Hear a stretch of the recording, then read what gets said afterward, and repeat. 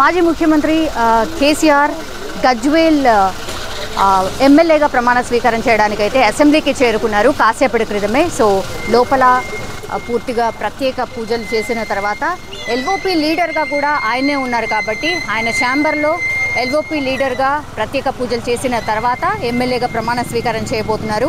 So ఇది మనకు ఉన్నటువంటి ఇన్ఫర్మేషన్. అయితే 8వసారి ఆయన ఎమ్మెల్యేగా ప్రమాణ స్వీకారం చేస్తున్నారు. సో మనకి అందరికీ తెలుసు Kamareddy and as well as Gajwel నుంచి 2 ప్రాంతాల నుంచి ఆయన పోటీ చేశారు. బట్ ఆయన గజ్వేల్ నుంచి గెలుపొందారు. సో ఆయన గజ్వేల్ నుంచి గెలుపొందిన తర్వాత అప్పుడు అందరూ ఎమ్మెల్యేలు అంటే 119 మంది ఎమ్మెల్యేలు 118 మంది ఎమ్మెల్యేలు ఆల్రెడీ ప్రమాణ స్వీకారం చేశారు. కానీ మనందరికీ తెలుసు ప్రమాణ స్వీకారం ఆ నెక్స్ట్ డేనే ఆయన దానికంటే ముందు రోజు ఆయన ఫామ్ హౌస్లో కాలిజారు పడిపోవడం, ఆ తర్వాత ఆయనకి ఆపరేషన్ జరిగింది, దెన్ రెస్ట్లో ఉన్నారు. ఈరోజు ప్రమాణ స్వీకారం చేయడానికైతే అసెంబ్లీకి రావడం జరిగింది. చాలామంది బీఆర్ఎస్కి సంబంధించిన నాయకులు పెద్ద ఎత్తున అసెంబ్లీ దగ్గరికి అయితే చేరుకున్నారు. ప్రమాణ స్వీకారం చేయడానికి కేసీఆర్ వస్తున్నారు అని తెలిసిన తర్వాత అయితే చాలామంది వివిధ ప్రాంతాల నుంచి అండ్ తెలంగాణ రాష్ట్ర వ్యాప్తంగా నుంచి కూడా చాలామంది వచ్చి ప్రమాణ స్వీకారం ఆయన చేస్తూ ఉంటే అసెంబ్లీ దగ్గరికి వచ్చి ఆయనకు సంఘీభావం తెలుపుతున్నారు. అండ్ మా లీడర్ బయటకు వచ్చారు, ఆఫ్టర్ 2 months తర్వాత ఆయన బయటకు వచ్చారు కాబట్టి ఆయన ఎట్లా ఉన్నాడు ఏంటి, మరి లోపలికి తనే నడుచుకుంటూ వెళ్ళారా, ఇట్లా చాలామంది కామన్ మ్యాన్ అండ్ ఈవెన్ బీఆర్ఎస్కి సంబంధించిన కార్యకర్తలు అయితే చాలా ఎక్సైటింగ్గా ఎదురు చూస్తున్నారు. అసెంబ్లీ గేట్ అంటే ఈ లోపల ఇదో దారి. సో లోపలికి వెళ్ళడానికి కూడా చాలామంది ప్రయత్నిస్తున్నారు. బట్ సెక్యూరిటీ రీజన్స్ వల్ల మాత్రం లోపలిని ఎవరికి ఎలో చేయట్లేదు. వీళ్ళందరూ ఎక్కడి నుంచి వచ్చారు ఏంటి ఒక్కసారి అడిగే ప్రయత్నం చేయారు. ఎక్కడి నుంచి వచ్చారు? Nagarjuna Sagar madam. Okay, Nagarjuna Sagar. Okay, ఎప్పుడు వచ్చారు? ఉదయం వచ్చినాం మేడం. 8 గంటలకు వచ్చినాం. 8 గంటలకు వచ్చారు. ఓకే, మీ లీడర్ లోపల ప్రమాణ స్వీకారం చేస్తుండ్రు, ఎట్లా అనిపిస్తోంది అండ్ ఎట్లా ఉన్నారు అని అనుకుంటున్నారు?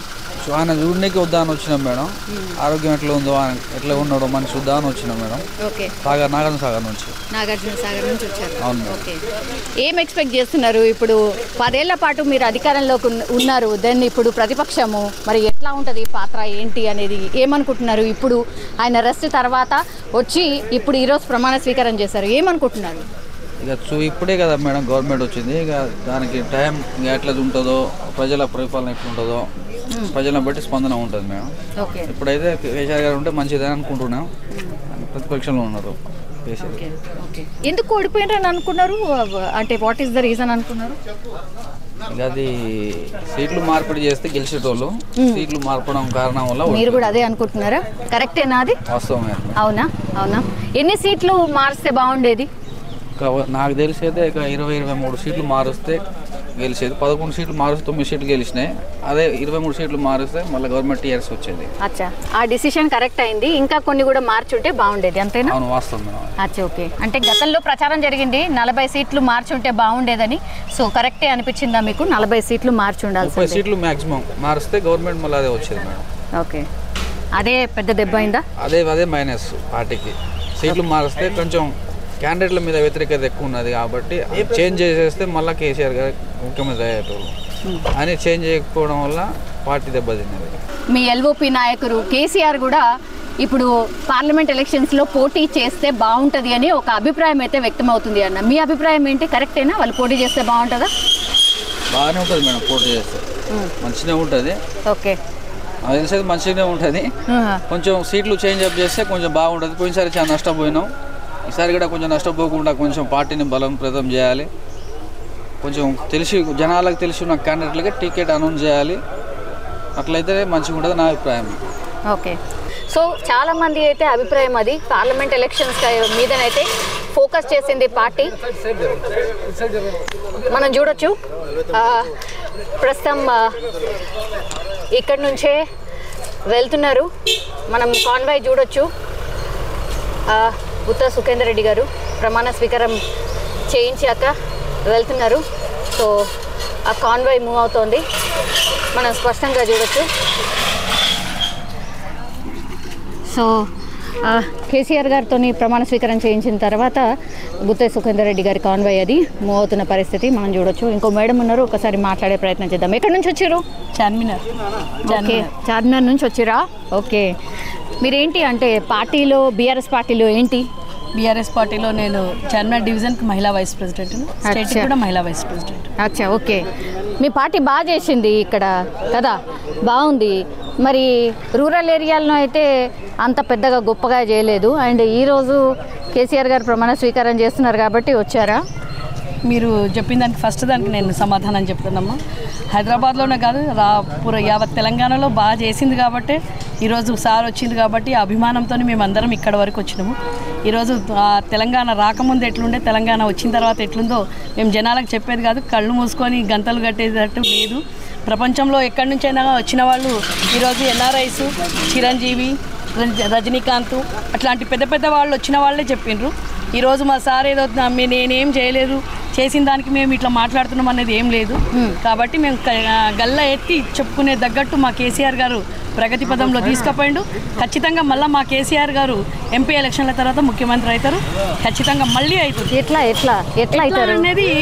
ఎట్లా అనేది మీకు మీడియా ఎట్లా ఇక్కడ నుంచి లాగుతారా? లాగేది ఏం లేదు, వచ్చేస్తారు. లాగాల్సిన పని లేదు. మీ వాళ్ళే ఇటు వస్తున్నారు అంటున్నారు కదా. అంటారు మా జనాలకు ఏమైందంటే వాళ్ళకు కళ్ళు మూపిచ్చేసి వాళ్ళకి ఇట్లా చేస్తాం అట్లా చేస్తాం అంటున్నారు.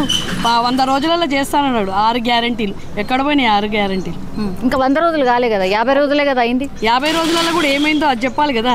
2 ఇచ్చిండ్రు మహిళలకు. మీరు బస్ ప్రయాణం చేసిరా ఉచితంగా? బస్ ప్రయాణం చేసుకొని కాలు చేతులు ఎరగొట్టుకోవాలా ఏంది? మేము ఎందుకు బాగాలేదా? ఏడున్నది మీరే చెప్పాలి, మీడియా వాళ్ళే చెప్పాలి. బస్ ప్రయాణం ఇప్పుడు ఎట్లా ఉన్నది, ఏమున్నదో మీరే చెప్పండి. రోజు మీరు మీడియాలో చూస్తలేరా, న్యూస్లలో చూస్తలేరా? మహిళలు ఎప్పుడన్నా తెలంగాణ వచ్చిన తర్వాత జుట్లు పట్టుకొని కొట్టుకున్న దినాలు చూసిండ్రా మీరు? అయితే తప్పు పథకం అంటారా? పథకం బాగాలేదా? మహిళలే వద్దంటారు కదా, మహిళలే వద్దంటారు. సీఎం కూడా ఇప్పుడు అయినా మన సీఎం అనేది కూడా లేదు, మా సీఎం మా కేసీఆర్. కాబట్టి మహిళలే ఆ పథకం వద్దని చెప్తున్నారు. అదే బదులు ఉచిత విద్య పెట్టేది ఉండే ఆయనకు అంతా చేయాలనుకుంటే ఉచిత. కానీ మీరు ప్రామిస్ చేసిర్రు, మరి చేయలేదు కదా. ఏమేమి చేయలేదు మేము? ఉచిత విద్య PG to LKG to PG వరకు ఉచిత విద్య అన్నారు. అసలు ఇంప్లిమెంట్ కూడా చేయలేదు కదా. కాలేదు, చూడండి మీరు. ఎక్కడైంది? ఎందుకు కాలేదు? అయ్యింది, ఖచ్చితంగా అవుతుంది. ఎక్కడైంది కాదు, మొత్తం తెలంగాణలో అవుతున్నది. అది ఎక్కడైంది అంటే ఏం చెప్పలేం కదా. తెలంగాణలో ఎక్కడైంది మీరు చూసుకోవాలి. ఇప్పుడు ఇంత టెక్నాలజీ వచ్చిన తర్వాత ఎందుకు కాలేదు? అవుతున్నది, ప్రతి ఒక్కటి అవుతున్నది. తెలంగాణ రాకముందు ఎట్లుండే, తెలంగాణ 10 సంవత్సరాల పిల్లగాని 60 సంవత్సరాల పాలించిన వాళ్ళు ఏం చేయనప్పుడు 10 సంవత్సరాలలో టైం పడుతుంది కదా. ప్రతి ఒక్కటి చేసుకుంటూ వచ్చినాం. ఈరోజు అంటే ఉద్యోగాలది కూడా సార్ చేసిండు, కానీ చూపించుకోవాలి మేము. ఇట్లా రేవంత్ రెడ్డి లాగా అన్ని వేసి ఏమంటారు టెంట్లు వేసి దాని కింద కూర్చోబెట్టి చూపించలే. మీడియా లేకుండా, సోషల్ మీడియా లేకుండా ఇవన్నీ చేయకుండా చేయలేదు. ఈరోజు ఆయన ఏదో ఎండలో కూర్చోబెట్టి అందరికి ఇచ్చిండంటే కాదు కదా. పార్లమెంట్ ఎలక్షన్స్ రాబోతున్నాయి, 17 ఉంటాయి పార్లమెంటు. మీకైతే MIM, మీ ఇలాకా MIMదే కాబట్టి ఇంకా మరి 16 సీట్లు ఎట్లా ఫోకస్ చేయబోతున్నారు? సారు సర్కారు 16 ఇదేనా? మళ్ళీ కారు 16 సారు కారు 16 ఇదేనా అంటే ఇదే ఖచ్చితంగా. మళ్ళీ మాకు 16 వస్తాయి. ఇప్పుడు ఇంతకుముందు 9 ఉండే, ఇప్పుడు 16 వస్తాయి. జనాలలో అవే అంటే వ్యతిరేకత ఇంకా ఎక్కువ చేసుకున్నాడు కాబట్టి ఇప్పుడు ఖచ్చితంగా వస్తాయి. ఓకే, సరే. ఇప్పుడు చాలామంది అంటున్నారు పెద్ద పెద్ద లీడర్స్ మీ దాంట్లో ఎవరైతే ఉన్నారో, అంటే హరీష్ రావు గారు కావచ్చు, KTR గారు కావచ్చు, దెన్ కవిత గారు, and even LOP leader KCR గారు కూడా పార్లమెంట్ ఎలక్షన్స్లో పోటీ చేస్తే బాగుంటుంది అని ఒక అభిప్రాయం. మీ అభిప్రాయం ఏంటి? మీరు ఫస్ట్ దానికి మళ్ళీ జవాబు చెప్తా. లీడర్స్ కాదు, వారు ఉద్యమకారులు. తెలంగాణ తీసుకొచ్చిన రాజకీయ పార్టీ అయిపోయిందని LOP లీడర్ అండ్ కేసీఆర్ గారే చెప్పారు. కేసీఆర్ గారు చెప్పిండ్రు, కానీ కేసీఆర్ చెప్పిన దాంట్లో చాలా దూరం ఆలోచించి చెప్తాడు సారు. ఉద్యమకారులు కాబట్టి ఉద్యమంలో తెలంగాణ తీసుకొచ్చిన వాళ్ళు ఈరోజు పోటీ చేసే అధికారం కూడా ఉన్నది వాళ్ళకు. ఖచ్చితంగా జనాలు వాళ్ళని స్వీకరిస్తారు. ప్రగతి పదంలో పోదాము. మళ్ళీ ఒక 20 సంవత్సరాలు వెనకకి తీసుకొని పోయిండు మనను కాంగ్రెస్, మళ్ళీ వెనకకి తీసుకొని పోయిండు. ఎక్కడ ఉన్నది ఈ ఫామ్స్ ఇవన్నీ నింపుకుంటా జనాలను, లేడీస్ను మళ్ళీ అదే చెప్పుల లైన్లలో పెట్టుకుంటా ఇవన్నీ ఎక్కడ పడ్డాయి? ఇప్పుడు మహిళలకు ఇస్తా అని చెప్పారు, 2500 ఇస్తాను రాగానే 9వ తారీఖు కాగానే ఎక్కడ పడ్డాయి? ఇప్పుడు ఉన్న పెన్షన్లే పడలేదు, రైతు బంధు లేదు, రైతు బీమా లేదు. ఆయన ఏం చేస్తున్నాడు అసలు ఆయనకే అర్థమైతలేదు. ఆయన మేస్త్రి కాబట్టి ఆయనకు అర్థం కాదు, ఈ జన్మలో అయితే కాదు ఆయనకు. కాబట్టి ఆయన ఖచ్చితంగా ఒక 6 నెలల్లో పోతుంది. మళ్ళీ ఖచ్చితంగా మా కేసీఆర్ ప్రభుత్వమే వస్తుంది. ఇప్పుడు GHMC మాజీ డైరెక్టర్ శివ బాలకృష్ణ ఎవరైతే ఉన్నారో ఆయన మీద పెద్ద ఎత్తున ఆరోపణలు వచ్చాయి. ఈవెన్ సిఎస్గా ఉన్నటువంటి సోమేష్ కుమార్ గారి మీద కూడా ఆరోపణలు వస్తున్నాయి, చాలా ఆరోపణలు వస్తున్నాయి. ఎందుకు ఇట్లా జరుగుతోంది? ఏసీబీ కస్టడీలో ఉన్నారు, మరి నిజాలన్నీ బయటకు వస్తున్నాయట. నిజాలన్నీ నేను మీకు మళ్ళీ ఒకసారి చెప్తున్నా, తెలంగాణ రాకముందు కాంగ్రెస్ గవర్నమెంట్లో ఎన్నో బయటపడ్డాయి. అవన్నీ మా సార్ బయటికి తీపియలేదు. అట్లా తీపించినట్టే ఈరోజు ఎవరు ముఖాలు ఇక్కడ ఉండకపోతుండే. ఇప్పుడు నిలబడ్డ ఎమ్మెల్యేలు మినిస్టర్లు ఇచ్చిన వాళ్ళు ఎవరు ఉండకపోతుండే. అప్పుడు చేసింది ఇప్పుడు ఒక సోమేష్ కుమార్ జాగాలో ఇంకోటి ఇట్లాంటి కాంగ్రెస్ వాడు ఎవడన్నా ఉన్నా కానీ చేస్తాడు. ఇప్పుడు మళ్ళీ కాంగ్రెస్ గవర్నమెంట్లో ఒక 1 ఇయర్లో బయటపడాయా? ఎవరు చెయ్యరా? చేస్తారు. అంటే కామన్ అని చెప్తున్నారా మీరు? కామన్ కాదు, కామన్ అనే మాట కాదు. కామన్ చేసి ఆ పదవిలో ఉన్న వాళ్ళు చేసిండ్రేమో. ఇప్పుడు రుజువు కాకముందు మనం ఎవరిని అనేటట్టు లేదు కదా. తన మీద చెప్తున్నారు. మరి ఆరోపణలు ఎందుకు వస్తున్నాయి? ఆరోపణలు వస్తాయి మేడం. ఆరోపణలు కేసీఆర్ మీద 14 లక్షల రైతు బంధు ఆయనకు ముట్టిందట. అవసరమా? 14 లక్షలు అంటారు, 40 లక్షలు అంటారు, 50 నోటికి నరం లేని నాలుక ఇది. ఎన్నో చెప్తాము. ఇప్పుడు మోదీని కూడా అంటున్నాము, ఇప్పుడు రేవంత్ రెడ్డిని అంటున్నాము, అందరిని అంటాము. అవి రుజువు కావాలి కదా మేడం. రుజువుగా అంది ఎవరిని ఏం అనలేము. ఆ పదవిలో ఉన్నప్పుడు అవుతుంటాయి. ఇప్పుడు ఆపోజిషన్ కాబట్టి ఖచ్చితంగా తప్పులు తీస్తారు. మంచిగా చేసినావు అని ఏదైనా చూపిస్తున్నారు. తెలంగాణలో ఇక్కడ బాగుంది, ఇక్కడ చేసినావు కేసీఆర్ చేసినట్టు ఎవడన్నా చేసిండా? ఎవడన్నా మొగోడు తెలంగాణ వచ్చిన తర్వాత ఈ ప్రగతిలో ఇండియా లెవెల్లో ఎవరు చేసిండ్రో చూపించమని. ఇండియా లెవెల్లో ఇదే బీజేపీ గవర్నమెంట్లో ఇదే ఉన్న ఒక కర్ణాటకలో వీళ్ళు చేసుకున్న ఒక 1 ఇయర్ కింద చేసిండ్రు. అక్కడేం చేసిండ్రు? ఇప్పుడు అంటే ఎక్కడ మనము ప్రగతిని చూపిస్తున్నారో అక్కడ చూపించమని చెప్పండి. మంచిగా కూడా చూపించాలి కదా. అన్ని చెడ్డయ్యే ఆపోజిషన్లో చూపించడం కాదు కదా. ఇప్పుడు మీరు అన్నట్టు జనాలకు చూస్తున్నారు పెడుతున్నారు అంటే అవన్నీ కాదు. కామన్ అది. ఏదో చిన్న దగ్గర తప్పు అవుతుంది. 10 ఏళ్లలో ఎక్కడ తప్పు కాంది ఎవడు చేస్తాడు? శ్రీరామచంద్రరాసుని చేయలేదు. ఇక కేసీఆర్ గారికి ఎక్కడ ఉంటుంది అది? వీళ్ళందరూ రాక్షసులు, ఆయన ఎంబడి పడ్డారు, పడి ఎట్లయితే బయటికి మళ్ళీ గుంజాలన్నట్టు చూస్తున్నారు. ఒక్క నెంబడికి ఇంతమంది మేడం, ఒక బక్క పల్సన ఆయన ఎంబడికి ఇంతమంది వాడి చేస్తుంటే ఎక్కడ నెగులుతాడు ఆయన? మళ్ళీ జనాలు ఏడుస్తున్నారు. ఏడుస్తురా? ఎక్కడ చూడండి, మీకు ఎన్ని మీడియాలో మీరే చూపించాలి. మేం కాదు, మేము చూస్తలేము. మేము మీలాగానే మాట్లాడటోలేము. జనాలు ఎన్నో మీడియాలో చూస్తున్నారు కదా. సోషల్ మీడియా ఓపెన్ చేయండి. జనాలు ఏడవని లేకపోతే నాకు అడగండి. జనాలు ఏడుస్తున్నారు. ఇప్పుడు మళ్ళీ అదే కరెంటు పోతుంది. 3 గంటలు 4 గంటలు కరెంటు సిటీలో పోతుంది, మా ఏరియాలో పోతుంది. చెప్పేది ఇస్తున్నారు మేడం. ఎందుకు తీస్తాడు? 10 ఏళ్లలో 1 నిమిషం పోతే కరెంటు పోతే ఫోన్ వచ్చేది కేటీఆర్ గారికి. ఇక్కడ చెత్త ఉన్నదని ఇప్పుడు అడగండి. ఇప్పుడు 50 రోజులలో ఎన్ని రోజులు తీస్తుండు? అంటే ఇది అలవాటు చేస్తుండ అనమాట జనాలకు. మళ్ళీ కాంగ్రెస్ గవర్నమెంట్ ఇంతే, ఇది ఇంతే, మేము ఇంతే. మరి లంక బిందెలు ఉంటాయని వస్తే అక్కడ ఏమీ లేదట. ఆయన ఏం చేయమంటారు మరి?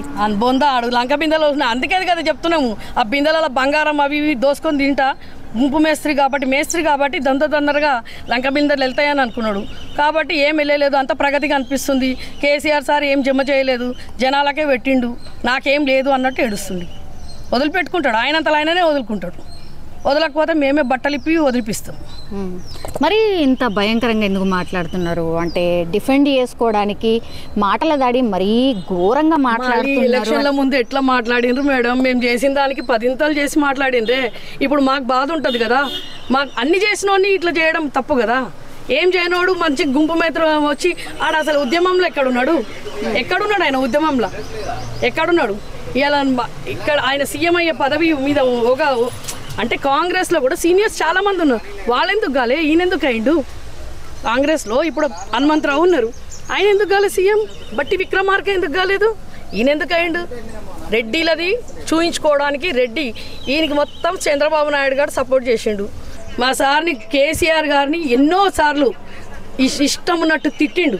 అయినా భరించడం. ఎందుకంటే మాకు ఒక మర్యాద, ఒక కట్టు, అమ్మ మనది సంస్కారమైన పార్టీ అని చెప్పేసి మాకు చెప్పిండు సారు. ఈరోజు ఆయనను పట్టుకొని వాళ్ళ ఫ్యామిలీని పట్టుకొని మమ్మల్ని బీఆర్ఎస్ వాళ్ళని పట్టుకొని తిట్టడం చేయడం మేము ఎట్లుకుంటాం?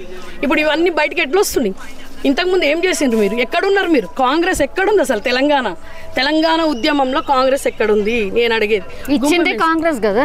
కాంగ్రెస్ ఇచ్చిందంటే ఆమె సోనియా గాంధీ, ఆమె ఎక్కడో ఉన్నది, ఆమె ఢిల్లీలో ఉన్న ఆమె ఇచ్చింది. అంటే ఇవన్నీ మేము పోరాటంతే ఆమె ఇచ్చి ఆమె చేతులనా? ఆమె ఇంట్లోదా? ఆమె సొత్తా ఏమన్నా? ఆమె ఇచ్చిందంటే ఆమె జాగాలు ఇంకెవడెవడ ఉన్నా కానీ ఇచ్చేది. ఆమె జాగాల వేరే జాగాలు ఉన్నా కానీ ఇచ్చేది. అంటే ఇక్కడ ఇంతమంది ఉద్యమకారులు ప్రాణాలు బలిదానాలు తీసుకున్న దేవత నా అన్నాడో ఆయననే రేవంత్ రెడ్డి.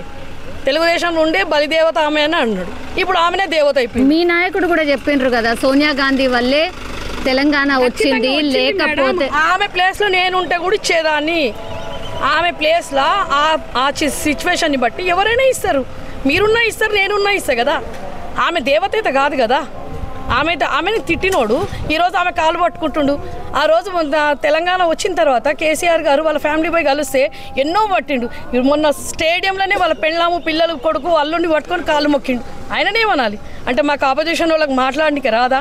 మేము పట్టించుకోలేదు, ఇట్లాంటి చిల్లర వాళ్ళని పట్టించుకోకపోతుంటుంది. కానీ ఇప్పుడు ఆయన మాట్లాడిన దానికి మీకు నేను సమాధానం చెప్పాల్సి వస్తుంది. ఆయన మాట్లాడితే మాట, మేము మాట్లాడితే కాదా? ఇంకెవ్వరం ఇంకా స్టార్ట్ చేయలేదు. స్టార్ట్ చేసినామంటే తట్టుకోలేడు. మా అట్లాంటి వాళ్ళు ఎంతోమంది ఉన్నారు. నేను వాళ్ళ ముంగట వాళ్ళ సీనియర్స్ ఇంకా చాలామంది ఉన్నారు. ఒక మర్యాద అనేది ఇప్పటివరకు బీఆర్ఎస్లో చూపించారు. ఇక ముందు చూడండి, ఇక ముందు ఇంకా ఓల్ సిటీకి నుంచి వెళ్ళినామంటే బయటికి వెళ్ళినామంటే బయట తట్టుకోలేరు వాళ్ళు బీఆర్ఎస్ నుంచి. మా లోపల బాధ ఇప్పుడు మా ఉద్యమం చేసిన సారు తెలంగాణ తెచ్చిన ఆయన ఎంబడి ఎంతోమంది చేశారు, చేయలేదని అంటలేము. కానీ అట్లాంటి మనిషిని పట్టుకొని చేయడం చాలా తప్పు. మాట్లాడము, చేయడము, ఇవన్నీ తిట్టుడు, ఎన్నో అసలు లెక్కలేనన్ని పథకాలు చెప్పిండు. 420 అంటే 420 ఇచ్చిన ఆయన ఎక్కడున్నాడు ఇప్పుడు? ఆయన సర్దుకోవడంలో అన్నారు కదా లంక బిందెలు, అవి వెతుక్కోవడంలోనే సరిపోయింది. ఎక్కడెక్కడ వెతుక్కుంటున్నాడో ఏమో మళ్ళీ. అవి వెతుక్కుంటే అవి కూడా ముల్లే మూట చదువుకుంటాడు, ఆయన కూడా పక్కకు జరిగిపోతాడు. ఎట్లున్నారు సార్? కేసీఆర్ బాగున్నారా సార్? ఓకే సార్, అయిపోయిందా ప్రమాణ స్వీకారం? అయిపోయింది, ప్రమాణ స్వీకారం చేశారు. ఓకే, మా పార్టీకి సంబంధించినటువంటి ఎమ్మెల్యేలు, ఎమ్మెల్సీలు, ఎంపీలు అందరూ అటెండ్ అవ్వడం జరిగింది. సార్, అందరూ మీ కార్యకర్తలు అందరూ ఎదురు చూస్తున్నారు సార్, మా సార్ ఎట్లున్నాడు ఏంది అనేది.